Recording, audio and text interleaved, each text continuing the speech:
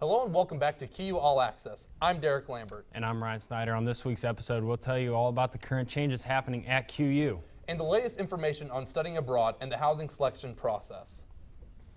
As we told you last week, Quincy University is in the process of putting budget reductions in place that will cut expenses for the university. These changes include the cutting of 7 positions total, 5 in which are already vacant. The 2 other positions will be vacant after the 31st. Also with this change, the Office of Student Engagement will be merged with the Office of Retention and Enrollment Management. Along with this, the 5 academic divisions will be combined into 3. Stay tuned for future QU All Access for further information. This week, students shared with us what they think of these cuts and how it will be making an impact on their student life while at QU. First off, when I started reading about it, the first thing I read was it doesn't affect athletics, so that's pretty good. I'm excited for the school. They get to save money and all, but as a student, it doesn't really affect us from what I hear. Tuition doesn't go down. As a matter of fact, I hear there's even one fee that goes up. So yeah, I think it's a real shame that the school has to make decisions cutting. I mean, seeing the positions that have been cut has been really heartbreaking for me because I've known a lot of the people on staff personally who have been cut, and so that's a hardship that we bear. And the same thing with courses being cut, especially those that have a low enrollment. Yeah. My opinion on it is I'm glad the school cares about us long-term as students. I know there are other schools in Illinois suffering, with money and things like that, and they're not really finding out ways to solve the problem. Where here, we seem to have an elaborate plan to figure out the future, like the long-term future of the school, which is nice to know that people care about it. What I would say is I think that some of the cuts were unnecessary. Quincy University's campus isn't the only place that QU students can receive their education. QU allows for students the opportunity to study abroad in London and Dublin. Students wishing to study abroad should begin to plan ahead for the spring 2017 semester. Cost for students is $3,350, and student aid and loans are available for students. The early registration has now begun, and you can contact Director of Career Services Christine Leeson for more information. There are changes this year to Quincy University's housing selection process. The Resident Life Housing applications open this week on April 4th and will close April 15th at noon. After this application deadline, you must form your group which you are wanting to live with. This group must be formed by April 12th. At that time, the housing lottery will be in full effect, and student residents will decide where they want to live, depending on their housing number. This number is decided on credit hours, grade point average, and years lived on campus. One Quincy professor was given a prestigious honor. Flying high above the skies in Quincy, Andy Dow has given instruction to the next group of pilots to grace the skies. The head of the Quincy Aviation Department, Andy Dow, was recently accredited as a Master Aviation Educator. Mr. Dow is just one of 14 educators worldwide this year to achieve Master Aviation Educator status. He is also one of only 15 in the state of Illinois to achieve the prestigious Master title. Needless to say, Quincy University has one of the best around, and Mr. Dow's students have definitely recognized his commitment to excellence. And I know this isn't his first honor. He's gotten a ton of different recognition from different aviation authorities, just of how well he has been teaching and how good he is at teaching us, and I would like to congratulate him. And also, it's just we're glad that he gets recognized for doing such a good job because he puts so much into the program. John Wood Community College recently received a top 10 ranking for Illinois community colleges. According to schools.com, John Wood's 10-to-1 student-to-teacher ratio is the best in the state. John Wood has a great percentage of students transferring to four-year universities and the highest rate of students enrolled in online courses. Schools.com also ranked the community colleges on graduation rate and cost of attendance. Coming up after the break, we'll update you on the heated race for presidential in both parties. And Lainey Wade has your Hawks weather forecast. Stay with us. The future of the program is very bright. It's an exciting time on QU campus because we have QUTV. We have a television station where students can experience working as a director, an anchor, a reporter, photographer, doing weather, doing sports. We also have a newspaper where students can report be photo editors, be executive editors. We've got a lot of opportunity there working on the student newspaper. We also provide students with the opportunity to do magazine articles with heavy research and giving them a little bit more time to expand on articles and do some in-depth investigative work. Moving forward, it's exciting because all of the skills they learn in every avenue will translate into what we have in the future, and web writing and mobile writing and all of our distribution platforms. We have an incredible opportunity to grow the department, to grow the program, and to grow students into excellent journalists.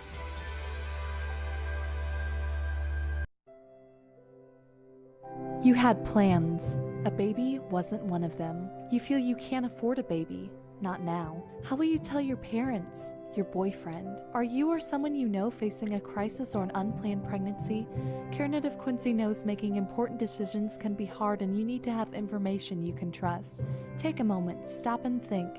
Educate yourself. You are not alone. CareNet of Quincy is here to help. It isn't a building. It isn't an arena or field. It isn't a classroom. It's a friendship. It's the bonds you form. It's an opportunity. It's the experience. It's a cute thing. Schedule your visit today.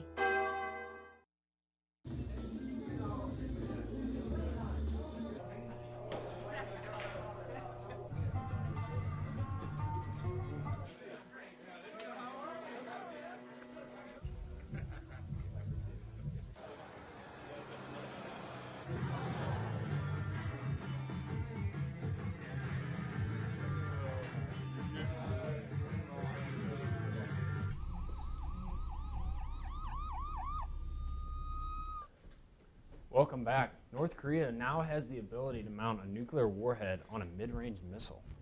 If true, U.S. military installations in Japan and South Korea would be within striking distance. CNN's Jim Sakuda reports. This is the North Korean mid-range missile, says South Korea, now capable of carrying a nuclear weapon. South Korean intelligence concluding that Pyongyang's Nodong ballistic missile can deliver a 1-ton warhead as far as 1,200 miles, putting South Korea, Japan, and U.S. military bases in Asia within reach of a nuclear strike. North Korea's dictator Kim Jong-un is already celebrating, posing for pictures near what North Korea claims to be the warhead. U.S. intelligence has yet to reach the same conclusion, but U.S. officials say they must assume that Pyongyang has at least an untested capability to miniaturize and launch a nuclear weapon. It is also committed to developing a long-range nuclear-armed missile that's capable of posing a direct threat to the United States. Some nuclear analysts share South Korea's more dire assessment. I've been very skeptical about North Korea's capabilities, but the evidence is mounting. They probably have a nuclear warhead that can fit on a missile that could hit South Korea or Japan. South Korea's assessment, now shared in some U.S. intelligence circles, follows a series of successful tests by Pyongyang, beginning with an underground nuclear test in January and followed by 4 missile tests, including a space launch believed to be a step toward an intercontinental ballistic missile that could reach the U.S. Recent satellite images also show suspicious activity at North Korea's Yongbyon nuclear facility that is used to produce plutonium to build nuclear weapons. In response, the UN, the US, and China have all recently imposed harsh new economic sanctions on North Korea. And the US recently flew a nuclear-capable B-52 near North Korean airspace and sailed a US aircraft carrier near its waters. North Korea has continued to make progress towards becoming a nuclear power.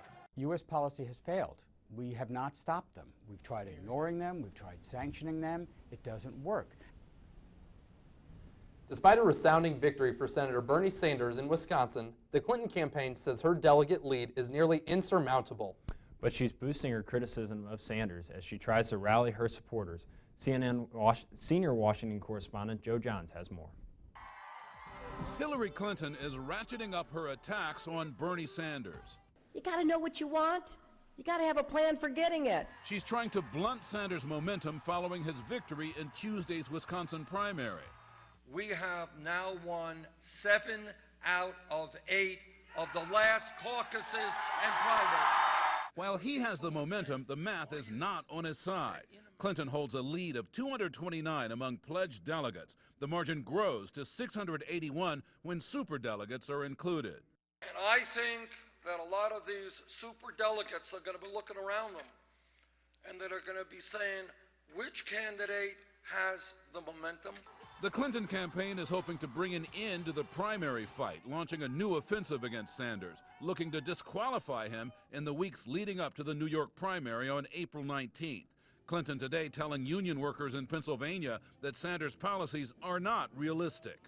I am concerned that some of his ideas just won't work because the numbers don't add up. In a number of important areas, he doesn't have a plan at all. And questioning Sanders' party loyalty in an interview with CNN. Senator Sanders, by his own admission, has never even been a Democrat. He never ran as a Democrat until he started running for president. Sanders also facing scrutiny for struggling to offer specifics on a key part of his agenda, breaking up the Wall Street banks, during an interview with the New York Daily News editorial board.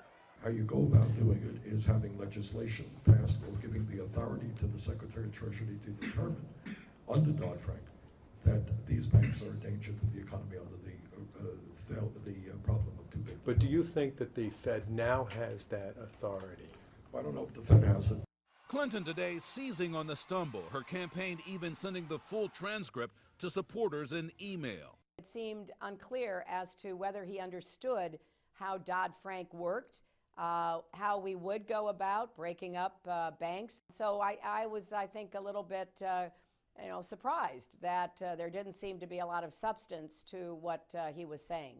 As the race continues to intensify, the Sanders campaign firing off a warning shot to its rival. Are you prepared for a brass knuckles, tough campaign, more difficult charges and accusations from the Clinton campaign? This is what I would say to them, which is, don't destroy the Democratic Party to satisfy the Secretary's ambitions to become President of the United States, right? We want to have a party at the end of this that we can unify. Clinton's response today? Well, I mean, it's just ludicrous on the face of it. Right now, Donald Trump and Ted Cruz are almost tied for the Republican nomination, according to CNN's political prediction market. And the rivalry between the two top Republicans is intensifying as we head into more high-stakes contests. Here's Sarah Murray with the latest. After Ted Cruz's big win in Wisconsin, it was a turning point, I believe, in this entire election. The GOP primary fight appears to be veering toward a contested convention. I am more and more convinced that our campaign is going to earn the 1,237 delegates needed to win the Republican nomination. Either before Cleveland or at the convention in Cleveland. Donald Trump lashing out Tuesday night after his loss and accusing Cruz of illegally coordinating with the super PACs that support him, adding, Ted Cruz is worse than a puppet. He is a Trojan horse being used by the party bosses attempting to steal the nomination from Mr. Trump. Today, Cruz shot back. Well, Donald can always be counted on to take the high road and to demonstrate class. If he wants to engage in insults, he's welcome to do so. He gets very angry when the voters reject him. Now, Trump's campaign is trying to regroup and work through an internal power struggle between campaign manager Corey Lewandowski and veteran GOP strategist Paul Manafort. Manafort recently joined the campaign to help with the delegate process, but he may be taking on a more prominent strategic role as he urges more discipline to ensure Trump wins enough delegates to become the nominee. To avoid a floor fight, Trump needs roughly 60% of the remaining delegates. And as the race moves to New York, the billionaire businessman has a hometown advantage. A new Monmouth University poll shows 52% of GOP primary voters support Trump, compared to 25% for John Kasich and 17% for Ted Cruz. But if Trump can't get the delegates he needs and appears poised to lose in a convention fight, Trump ally Roger Stone is already threatening retaliation. We're going to have protests, demonstrations. We will disclose the hotels and the room numbers of those delegates who are directly involved in the steal. If you're from Pennsylvania, we'll tell you who the culprits are. We urge you to visit their hotel and find them. New Yorkers head to the polls on April 19th. Coming up, we'll show you how a common expression proves to be true. And Evan joins us for his weekly hacks. Stay with us. Yes. Growing up, I had one deaf friend, and that was the only deaf person I knew before coming to school here at QU. And now I regularly get to hang out and socialize with the deaf community, which has been awesome. Sign language isn't exactly like learning another spoken language because you use your body, facial expressions, your hands are your instruments. So it is definitely learning a new language. It has its own grammar and syntax and everything. It's not exactly like English like a lot of people think it is.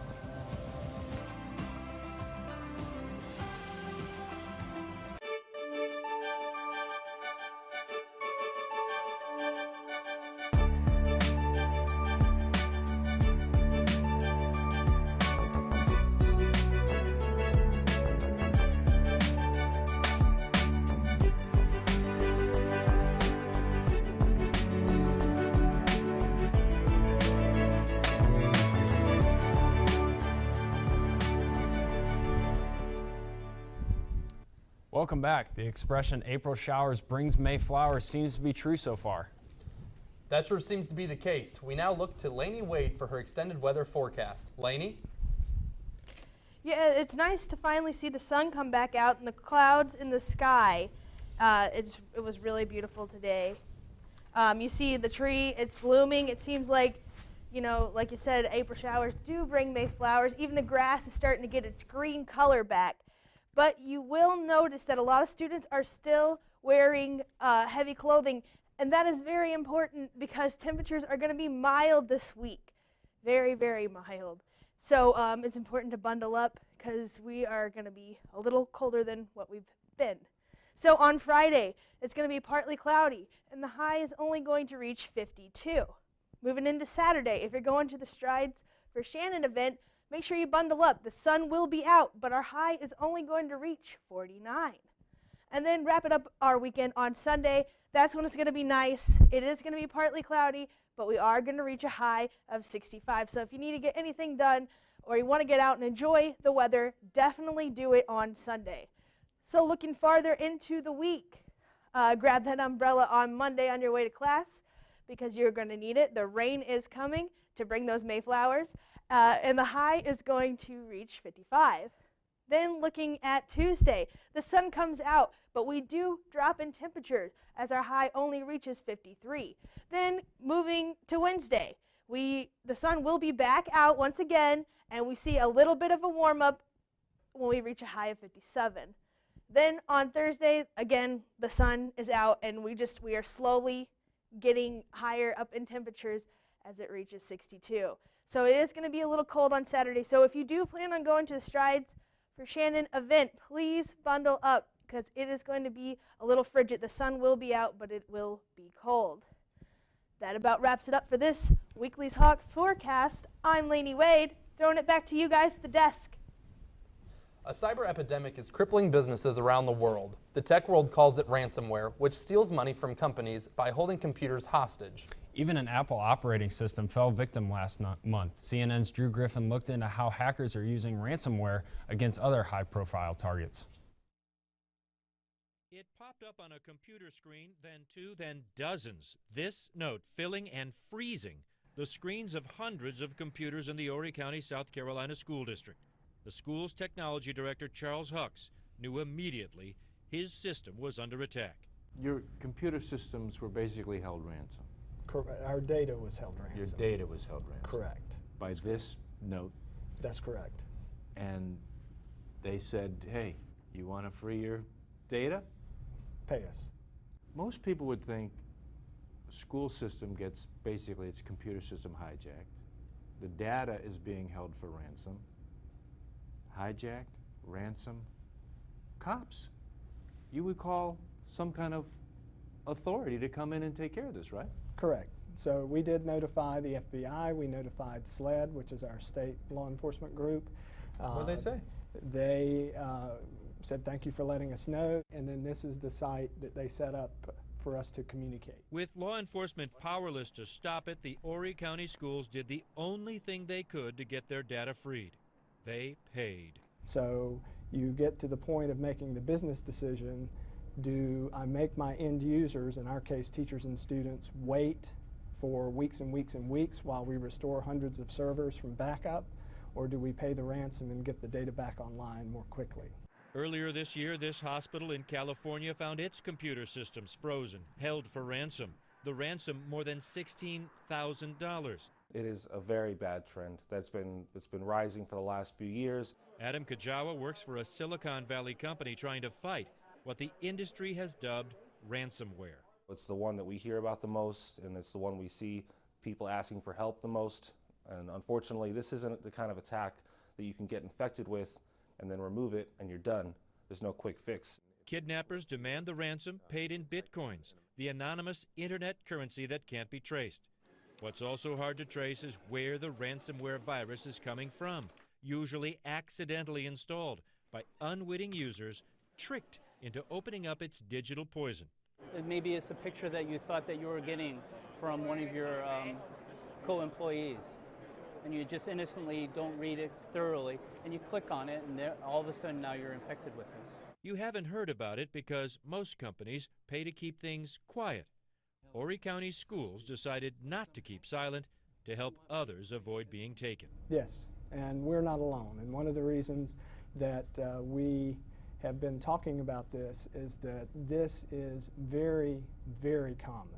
We know of several other school districts, some other school districts where this has happened, and they've been able to keep it out of the news, which is great for them. In the end, like dealing with real kidnappers, the school set up a money drop, a Bitcoin account, and sent the kidnappers just enough ransom to free one computer to make sure the kidnappers' code would work. Which it did, and then we said, okay, it works, we want to pay the balance, and so we paid the balance. The full ransom, $10,000. Horry County's computers are now freed, and the ransomware pirates continue to sail freely and for now unstoppable through the world's computer systems, searching for their next hostage. Drew Griffin, CNN, Conway, South Carolina. Some scary stuff there. Well, it's that time again for QU Weekly Hacks. Joining us in the studio, reporter Evan Powell joins us. Evan? Hey guys, I'm Evan Powell with another dose of your QU hacks to make life a little easier, one hack at a time. Staying healthy in college may not be easy for some students, but there is a simple way that can help. Skipping breakfast can be very unhealthy for your body for several reasons. There's a reason it's called the most important meal of the day. Breakfast gives your body fuel and can give you more energy throughout the entire day. Be sure to get enough protein, carbohydrates, and liquid during your breakfast. This hack comes from collegeexpress.com. Water and the right amount of sleep should make you full of energy every day, but that's not all. A recent study says that there's another major component to staying awake for a busy day. The expression, take a walk and get a fresh air, can do a lot for your body. If you consume more oxygen, you will naturally be more energetic and healthy. Taking deep, long breaths will make you feel better, which means inhaling through your nose and exhaling through your mouth can calm your body and make you more alert and focused. Thanks for watching this week's Hacks. Make sure to tune in next week for more, exclusively on QU All Access. Back to you, Ryan and Derek. Thanks, Evan. After the break, Carly joins us for her update on the Hawks sports. And an exciting story on a senior Hawk. Stay with us. Join me, Coach Marty Bell, head basketball coach of the Quincy University Hawks, live from Chicks on the River every Monday night at 6:30 p.m. or on ESPN 1440 for the Coach Marty Bell Show. Hear from our coaches and players as Ben and I recap the previous games and preview our upcoming opponents. Grab your friends and family and come out to Chicks on the River for a great meal and meet the Hawks.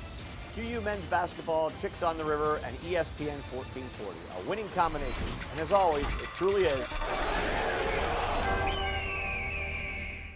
Come support your Quincy University baseball team this season. The Hawks compete in the NCAA Division II Great Lakes Valley Conference. Cheer them on as they play for a conference and national championship.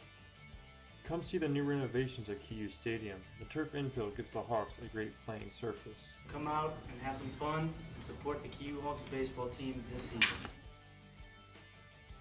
For more information on the QU Hawks baseball team, go to QUHawks.com and click on the sports tab and select baseball. Welcome back. A QU senior soared into the record books in Pepsi Arena this past weekend. Let's now turn it over to Sports Director Carly Betancourt for the details. Carly? With the birth of his son, senior Ian Lawson has been playing for more than just himself. On December 16, 2013, Lawson's life changed for good when his son Finn was born. Lawson was more than a student athlete now. The thing that always comes to mind whenever I think about playing volleyball now that I have a son, where before I didn't have a son, is when I was little, I used to always go to my dad's basketball games and just being able to see him play. I mean, granted, this is just adult, like men's league basketball, kind of just for yucks, but just kind of being able to see him play once or twice a week was always fun for me. It was a big outing, and I guess just having Finn around to be able to see me play, hopefully one day he remembers it and will cherish that memory. With his last home game this past weekend, having the support of his son, wife, and parents was something he'll cherish forever.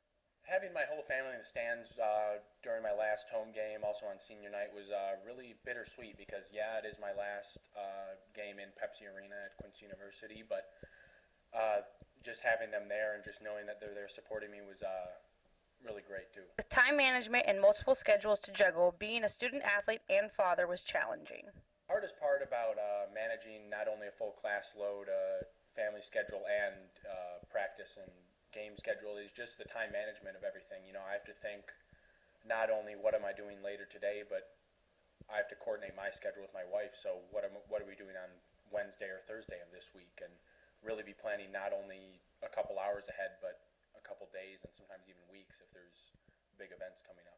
With his senior year coming to an end, his focus is now on his family and future. Go Hawks! Go! The Quincy University volleyball team celebrated senior night with a victory over IPFW. The game went into 5 sets and the Hawks came out 3 games to 2. Senior Ian Lawson earned his 1,000th career kill, making him the 7th in school history. Jared Kelso finished with 14 kills and 6 blocks, 3 of which were solos. Jack Gamache had a double-double with 11 kills and 14 digs, while senior libero Craig Lance added 10 digs and junior Thane Fanflick dished out 51 assists, helping Quincy hit a .281 as a team. The Hawks finish out the MIVA play with 2 matches against McKendree and Ohio State. The Quincy Hawks baseball team faced off against Missouri S&T, splitting the weekend with the Miners, falling in the first game 14-6, but came back to win Game 2 15-4.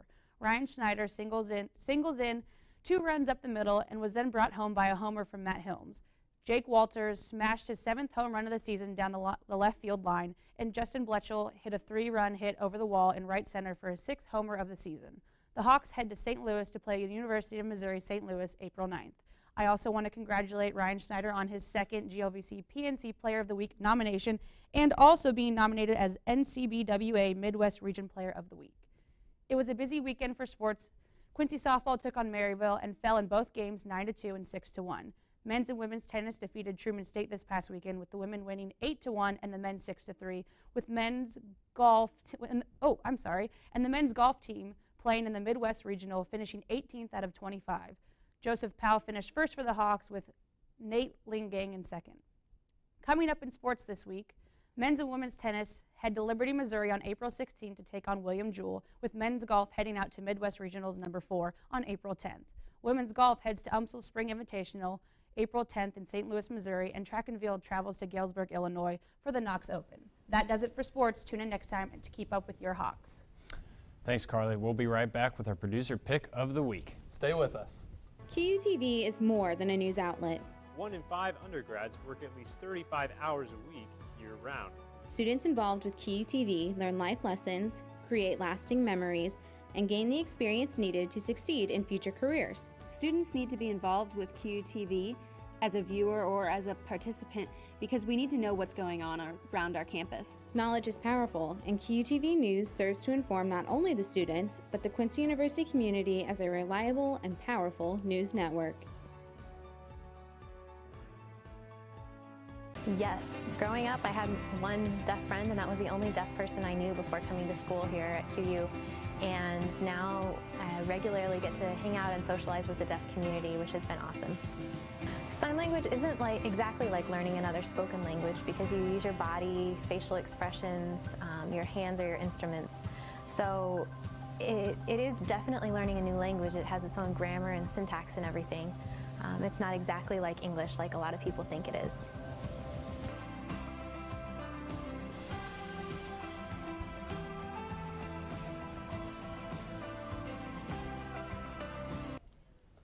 a monster gator, a cute dog with his teddy bear, and the most technologically advanced bounce house ever. Red Binion has a rundown of today's must-see images on Take a Look at This. A hunting group in Florida was looking for hogs over the weekend when they encountered something much bigger and much deadlier. Out West Farms owner Lee Lightsey says the 780-pound alligator was so big that when he posted pictures of it on Facebook, some people thought it was an April Fool's hoax. But the image of Lightsey's son actually lying on top of the massive reptile was hard to doubt. For a cuter, non-lethal water-faring animal story, the Ramona Humane Society shared this video of man's best friend retiring to the pool for a little quality time with his furry friend, a pet teddy bear. And if you think the pup's inner tube is impressive, check out the blow-up toy set for delivery Friday to the International Space Station. The small expandable room is sort of like a zero-gravity bounce house. The aluminum and fabric module is meant to be a test for inflatable space habitats. For Take a Look at This, I'm Reed Binion. I would have thought that gator was an April Fool's joke too. Yeah, that was it was definitely a big gator. You know, I like seeing the videos of the dog a little bit better than that gator because I'm not a huge fan of alligators. The bounce house, that was pretty intense too, I have to admit. I just like the dog. I just like the dog. The gator was kind of scary. Yeah, definitely the dog. The gator, sad that its life had to come to an end, but if it poses a threat, you know. And thank you for joining us in this week's episode of QU All Access. Remember to tune in online on Facebook or on Channel 97 on campus for more news anytime. For the entire All Access team, I'm Ryan Snyder. And I'm Derek Lambert. Thank you for watching, and we'll see you next week, Hawks.